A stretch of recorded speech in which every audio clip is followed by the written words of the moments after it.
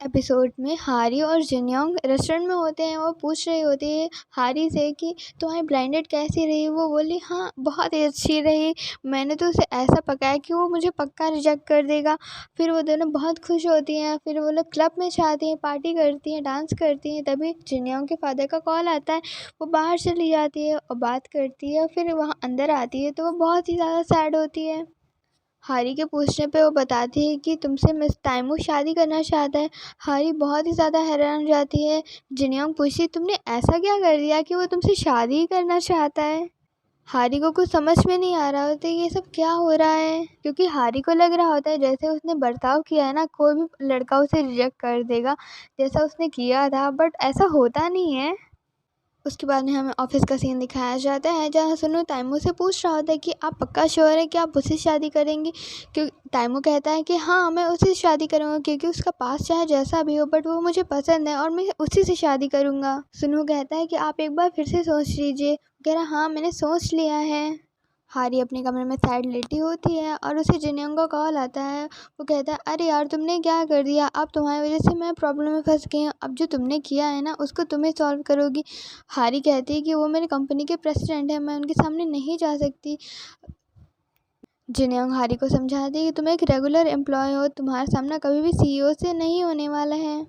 हारी बहुत परेशान होती है कि अब वो क्या करेगी। फिर नेक्स्ट सीन ऑफिस का दिखाया जाता है। हारी लिफ्ट का वेट कर रही होती है बट लिफ्ट नहीं आ रही थी। दूसरी साइड में लिफ्ट आ रही होती है तो वो बहुत ही ज़्यादा खुश हो जाती है। जैसे ही लिफ्ट खुलती है वो ऐसे डर जाती है जैसे कि उसने कोई भूत देख लिया हो।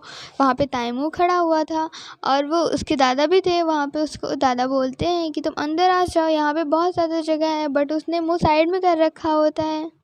ताइमू गुस्से से कहता है कि तुम चाहती क्या हो, तुम अंदर आना चाहती हो या नहीं आना चाहती हो। फिर वो अपना मुंह छुपाते हुए लिफ्ट के अंदर आ जाती है। फिर वो कैसे भी करके अपना मुंह छुपा लेती है। फिर वो लिफ्ट में सारे होते हैं। ताइमू के दादा ताइमू से बोल रहे होते हैं कि तुम यहाँ पे क्या कर रहे हो। फिर ताइमू बोलता है कि आप यहाँ पे क्या कर रहे हो।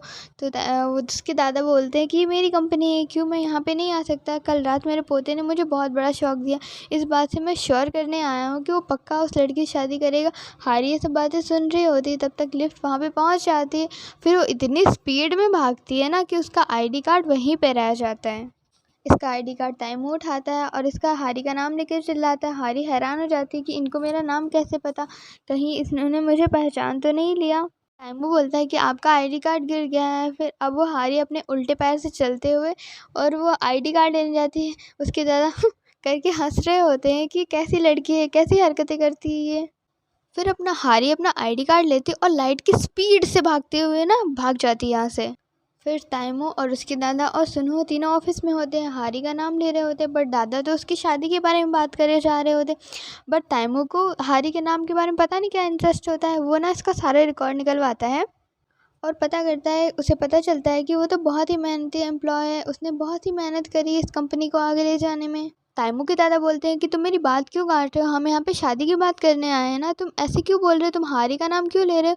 तो वो कहता है कि हारी का नाम इतना यूनिक है ना, मुझे बार बार याद आ रहा है। फिर ताइमू अपने दादा से कहता है आप फिक्र ना करें, मैं जुनियांग से शादी कर लूँगा, आप बिल्कुल भी चिंता ना करें। और वो मुझे बिल्कुल मना नहीं करेगी क्योंकि मैं एक परफेक्ट गाय हूँ। ये बातें सुन के उनके दादा हंसने लगते हैं और सुनू भी साइड में हंसने लगता है, जबकि वो बिल्कुल अंदर से नहीं हंस रहा होता है। साइड में मुँह करके अपने आप को दुखी कर रहा होता है कि ये कैसी बातें कर रहे हैं। फिर हारी जिनयोंग को कॉल करती है, बताती है कि आज मेरा सामना प्रेसिडेंट से होने ही वाला था बट मैंने किसी भी कैसे भी करके ना अपने आप को उनसे बचा। जिनयोंग बहुत ही ज़्यादा खुश हो जाती है। वो हारी से कहती है तुम बिल्कुल भी टेंशन मत लो, मैं सब कुछ संभाल लूँगी, तुम बस परेशान मत होना। स्टोर रूम में होती है और कुछ बच्चों के हाथ से उसके शर्ट पे इंक लग जाती है। जिनयोंग बच्चे को समझाते हुए कहती हैं बट उस बच्चे की मॉम उसको सॉरी बोलने लगती है कि सॉरी ये बच्चे से हो गया। पर वो जिनयोंग समझाती कि ऐसी चीज़ें हमें स्टोर में नहीं लेके आनी चाहिए। तब तक सुनहो भी आ रहा होता है। वो उसकी बातों को छोटे बच्चे से इतनी पोलाइटली बात कर रही होती है। फिर जिनयोंग उस बच्चे के हाथ से पेन लेती है और अपनी शर्ट पे एक फ्लावर बनाती है। फिर वो उस बच्चे से पूछती है कि ये क्या है। बच्चा उसे देख के मुंह बनाता है और कहता है ये तो पूप लग रहा है। पूप का नाम सुनते ही उसकी हंसी छूट जाती है। जिनयोंग कहती है कि तुम इसे पूप कैसे बोल सकते हो, ये तो फ्लावर है ना। फिर वो बच्चा कहता है नहीं ये तो पूप ही लग रहा है। बच्चे की मॉम जिनयोंग से सॉरी बोलती हैं और बोलती है मैं उनके ड्राई क्लीनिंग के पैसे दे दूँगी। जिनयोंग कहती है नहीं नहीं इसकी कोई ज़रूरत नहीं है और फिर वो बच्चा यहाँ से चला जाता है। जिनयोंग भी यहाँ से चली जाती है बट वो अपना वॉलेट यहीं पे छोड़ देती है। जिनयोंग जैसे स्टोर से बाहर आती है उसे याद आता है अरे उसकी कार की कीज़ और वॉलेट तो वहाँ पे ही रह गया है। वो वापस मुड़ने के लिए जाती है तब तक उसकी टक्कर सुनहो से हो जाती है। वो अपना सामान उठाती है फिर जैसे ही सुनहो को देखती सुनहो इतना ज़्यादा हैंडसम लग रहा होता है कि वो अपनी नज़रें ही नहीं हटा पा रही होती। सुनहो भी इसे देख रहा होता है और वो भी सुनहो को देख रही होती है। फिर जिनयोंग को कार कीज़ और वॉलेट पकड़ा के सुनहो वहाँ से चला जाता है। फिर जिनयोंग उसे मुड़ के देखती हाँ ये कितना हैंडसम है, काश मुझे इसका नंबर मिल जाता। हारी जिनयोंग से मिलती है। जिनयोंग हारी को बोलती है कि मिस्टर कैंग की कॉल आई थी, वो तुमसे मिलना चाहते हैं। हारी ये बात से हैरान होती है कि अभी ऐसा क्यों हो गया। फिर जिनयोंग कहती है कि प्लीज़ प्लीज़ प्लीज़ तुम इस बार मेरी जगह पे चले जाओ क्योंकि अगर मैं इस बार गई ना तो सारी बात खुल जाएगी और मेरे फादर को पता चल जाएगा तो वो मेरे अच्छे से खबर लेने वाले हैं। जिनयोंग हारी को अपनी दोस्ती का वास्ता देती है और उससे बोलती है कि प्लीज़ तुम मेरी जगह पे चली जाओ। हारी ये सुन के मान जाती है कि चलो ठीक है लास्ट टाइम मैं जा रही हूँ क्योंकि मैंने तुम्हारी हर बार मदद की है, इसके बाद मैं नहीं करने वाली। वो जिनयोंग कहती है हाँ ठीक है बस लास्ट टाइम है, इस बार तुम चली जाओ। हारी जिनयोंग मन के मिस्टर कैंग से मिलने आती है। वो रेस्टोरेंट में बैठी होती है। ताइमू आता है, वो हारी को कॉल लगा रहा होता है बट हारी तो मस्त बैठ के वहाँ पे फ़ोन चला रही होती है। ताइमू को कुछ समझ में नहीं आ रहा होता। वो हारी के पास आता है, वो बोलता है क्या तुम्हारे पास 2 नंबर हैं, और वो हारी का फ़ोन लेके अपने फ़ोन पे कॉल लगाता है और उसका ये वाला नंबर भी वो सेव कर लेता है। हारी बोलती है कि आप ऐसे नहीं कर सकती, आप किसी का फ़ोन ऐसे यूज़ नहीं कर सकती, ना ही उसका नंबर ले सकते हैं। टाइमू बोलता है कि वैसे भी अब हमारी शादी होने वाली है और तुम और तुम्हारा नंबर दोनों मेरे पास आने वाले हैं। हारी बोलती है कि मेरा तो ऐसा कोई प्लान नहीं है कि मैं आपसे शादी करूँगी। टाइमू कहता है फिर तुमने मेरे साथ होटल में चलने की बात क्यों कही, इसलिए ना क्योंकि मैं तुम्हें पसंद हूँ। हारी बोलती है नहीं ऐसी कोई बात नहीं है, मैं ऐसे तो बहुत लोग के साथ जाती हूँ, मैं आप मुझे पसंद नहीं हो और आज के बाद आप मुझसे मिलना भी बस, ये कह के वहाँ से भाग जाती है। टाइमू भी उसके पीछे पीछे भागता है। वो हारी से बोलता है तुम मुझसे शादी करने के लिए मना कैसे कर सकती हो, मैं इतना अच्छा कुक हूँ, मुझे सब चीज़ें बनानी आती है। ये सब हारी के कान में कहता है और ये सुन के हारी शॉक हो जाती है और वो सीढ़ियों से नीचे गिरने लगती है। फिर ताइमू उसका हाथ पकड़ के खींच लेता है। फिर ये दोनों एक दूसरे को देखने लगते हैं। ताइमू हारी से कहता है कि तुम मुझसे शादी करने के लिए मना कैसे कर सकती हो, तुमको तो लड़के पसंद है ना, तुमने बोला था ना कि तुमको लड़के पसंद है, तो मैं भी आज बताता हूँ कि मुझे भी औरतें पसंद हैं। हारी कहती है वो जो भी हो बट मैं आपसे शादी करना या आपको डेट करना नहीं चाहती हूँ। मिस्टर कैंग वहाँ से बाहर आ जाते हैं। यहाँ पे सुनू बाहर खड़ा होता है। सुनू मिस्टर ताइमो से पूछता है कि आपकी डेट कैसी रही। वो सैड होते हैं, वो बोलते हैं कि मुझसे कुछ भी मत पूछो, और जाके अपने कार में बैठ जाते हैं। हारी रोड क्रॉस कर रही होती है तो उसे मुन्नू आता दिखाई देता है। उसे कुछ समझ में नहीं आता। वो ताइमो की कार में जाके बैठ जाती है। ताइमो से बोलता है कि ये तुम क्या कर रही हो, तुमने तो अभी बोला था तुम मेरे से शादी नहीं करना चाहती, ना तुमसे मुझसे बात करना चाहती हो। हारी कोई भी जवाब नहीं देती है और मिन्हू वहाँ से गुजर रहा होता है। वो मिस्टर कैंग को अपने करीब ला के कहती है कि हाँ मैं आपको यहाँ पे याद दिलाने आई थी कि मैं आपको कभी देखना नहीं चाहती, मैं आपको देख के भी कभी देखना नहीं चाहती। बट टाइमो कहता है कि मैं अभी भी तुमसे शादी करूँगा। हारी बोलती है आप क्या कह रहे हैं।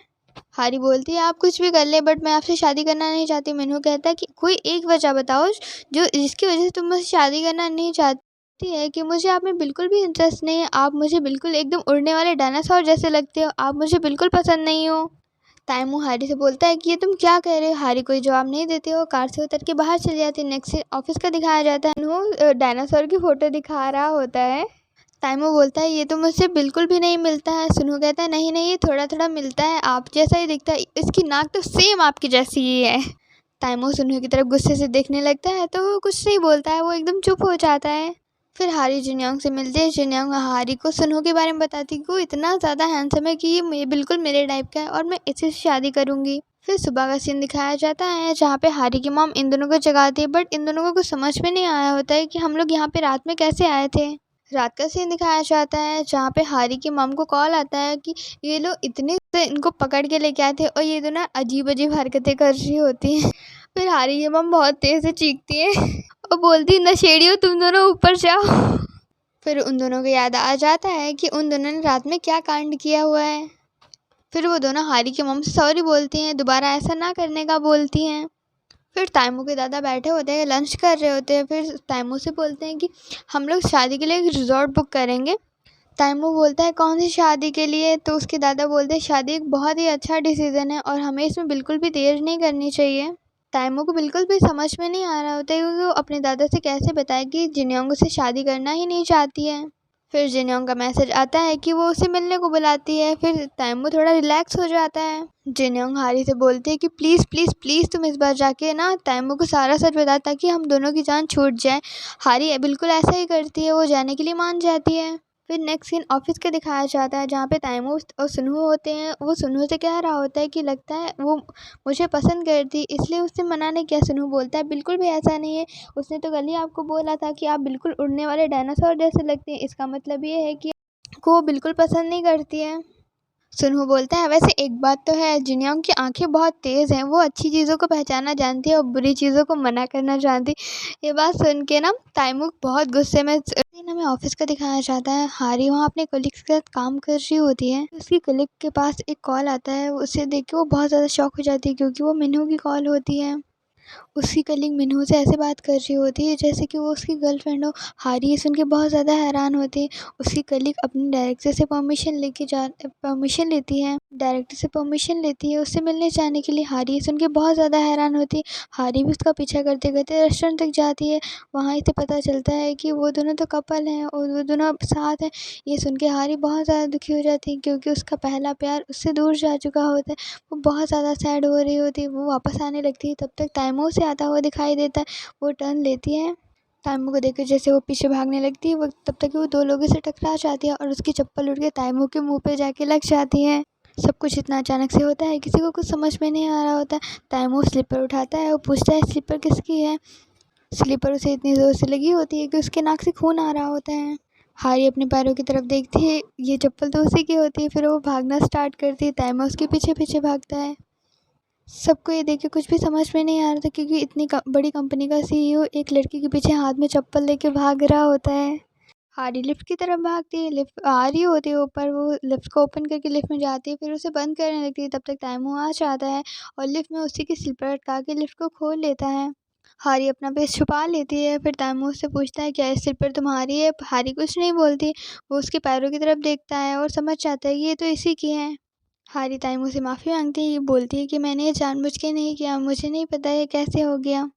ताइमो हारी का नाम लेता है, बोलता है क्या तुम शिन हारी हो, वो तुम वही लड़की हो फिश पे एक्सपेरिमेंट की थी। ताइमो उसके आगे उसकी चप्पल रख लेता है और वो पहन जाती है। फिर वो हारी की बहुत तारीफ़ करता है कि तुम्हारा प्रोडक्ट बहुत ज़्यादा अच्छा था। वो जैसे अपनी तारीफ़ सुनती है वो बहुत ज़्यादा खुश हो जाती है। फिर लिफ्ट खुलती है और तुरंत से भाग जाती है। ताइमो को कुछ भी समझ में नहीं आया होता कि वो भाग क्यों गई। हारी लैब में होती है, उसकी डायरेक्टर उससे पूछती है क्या हुआ, तुम बहुत परेशान लग रही हो। तब तक उसका कलीग आता है, वो बोलता है कि किसी ने डायरेक्टर के मुंह पे चप्पल फेंक के मारी है। हारी बोलती है अरे ये तो मैं ही हूँ। हारी की कलीग आती है, वही जो मिन्हू से मिलने गई होती है, वो बहुत सैड लग रही होती है। तब उससे पूछते हैं क्या हुआ। वो बोलती है कि मिन्हू ने मुझे रिजेक्ट कर दिया, मैं उसे पसंद करती हूँ पर वो मुझे पसंद नहीं करता। हारी सुन के बहुत ज़्यादा खुश हो जाती है, कहती है अच्छा मिन्हू वो तो मेरा बहुत अच्छा दोस्त है।